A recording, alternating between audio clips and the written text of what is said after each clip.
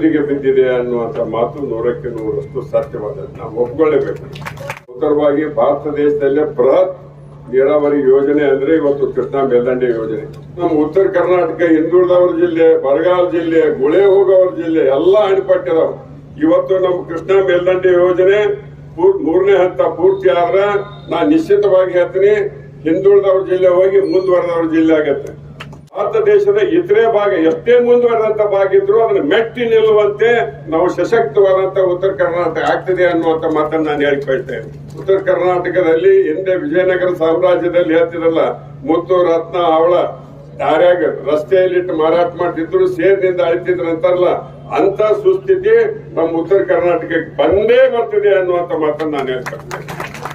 ಯಾವುದೇ ಪಕ್ಷದ ಸರ್ಕಾರ ಇರಲಿ, ಇದು ದಿವ್ಯ ನಿರ್ಲಕ್ಷ್ಯಕ್ಕೆ ಒಳಗಾಗಿದೆ ಅನ್ನೋದು ಶತಸಿದ್ಧ. ಇದು ಸೂರ್ಯ ಪ್ರಕಾಶದಷ್ಟು ಸತ್ಯವಾದದ್ದು.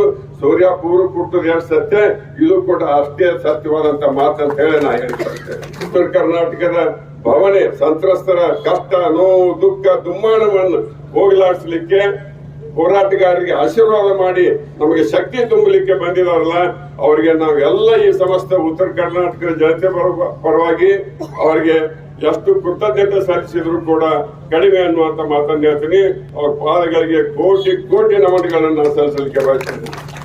ವರ್ಷಕ್ಕೆ 40,000 ಕೋಟಿ ಅಂತೆ 5 ವರ್ಷದಲ್ಲಿ 2 ಲಕ್ಷ ಕೋಟಿ ಹಣ ಕೊಟ್ಟು ಕರ್ನಾಟಕ ರಾಜ್ಯದ ಎಲ್ಲ ನೀರಾವರಿ ಯೋಜನೆಗಳನ್ನು ಪೂರ್ತಿ ಮಾಡ್ತೇವೆ. ಅದರಲ್ಲಿ ವಿಶೇಷವಾಗಿ UKP 3ನೇ ಸ್ಟೇಜಿಗೆ 75,000 ಕೋಟಿ ರೂಪಾಯಿನ ಕೊಡ್ತೀನಿ ಅಂತ ಹೇಳಿದಾರೆ. ಸಿದ್ದರಾಮಯ್ಯನವರ ಬಗ್ಗೆ ನನಗೆ ಬಹಳ ಗೌರವ ಇದೆ.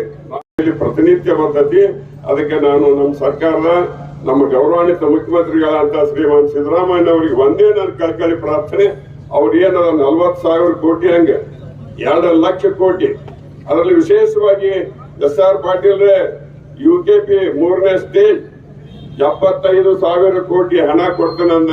ನೀವು ನೋಡ್ರಿ ಅದನ್ನೆಲ್ಲ. ಉತ್ತರ ಕರ್ನಾಟಕದ ಯಾವುದೇ ಯೋಜನೆಗಳಿರ್ಲಿ, ಯಾವ ಯೋಜನೆಗಳಿಗೂ ಕೂಡ ಸಕಾರಾತ್ಮಕವಾಗಿ ಸ್ಪಂದನೆ ದೊರೀತಾ ಇಲ್ಲ ಅಂತೇಳಿ ಅತ್ಯಂತ ನೋವಿನಿಂದ ಹೇಳ್ತೀನಿ. ಇಡೀ ವೇದಿಕೆ ತುಂಬಾ ಅವರೇ ಕೂತಿದ್ದಾರೆ, ಅವರು ಮನಸ್ಸು ಮಾಡಿದಾರೆ. ಅವ್ರು ಯಾವಾಗ ಇಲ್ಲಿ ಬಂದಿದಾರ, ಸರ್ಕಾರದ ಜಂಗಾಬಲ ಹುಡುಗಿ ಹೋಗ್ತದ ಅಂತ ನಾವು ಭಾವಿಸಿದ್ದೀವಿ. ಅವ್ರು ಅಂದಿದ್ದಾರೆ, ಉತ್ತರ ಕರ್ನಾಟಕದ ಅಭಿವೃದ್ಧಿಯನ್ನೇ ಗುರಿಯಾಗಿಟ್ಕೊಂಡಂತ ಅನೇಕ ಮಠಾಧೀಶರು ನಮ್ಮ ಉತ್ತರ ಕರ್ನಾಟಕದಲ್ಲಿದ್ದಾರೆ. ವೇದಿಕೆ ಮೇಲೆ ಆಸೀನರಾದಂತ ಸಮಸ್ತ ಶ್ರೀಗಳಿಗೆ ಈ ಯೋಜನೆ ಬಗ್ಗೆ ಅಪಾರವಾದಂತ ಕಾಳಜಿ, ಕಕಲಾತಿ, ಅಭಿಮಾನ, ಈ ಭಾಗದ ಜನತೆ ಉತ್ತರೋತ್ತರ ಅಭಿವೃದ್ಧಿಗೆ ಅವರು ಚಿಂತನೆ ಮಾಡುವುದರಿಂದ ಇವತ್ತು ದೊಡ್ಡ ಸಂಖ್ಯೆಯಲ್ಲಿ ಅವರು ಬಂದಿದ್ದಾರೆ. ಅವರ ಆಶೀರ್ವಾದ ಆಗಬೇಕು, ಅವರ ಮಾತುಗಳನ್ನು ಕೇಳೋಣ. ಅವರ ಹೇಳಿದಂತ ಮಾರ್ಗದರ್ಶನದಲ್ಲಿ ನಾವು ಮುನ್ನಡೆಯೋಣ.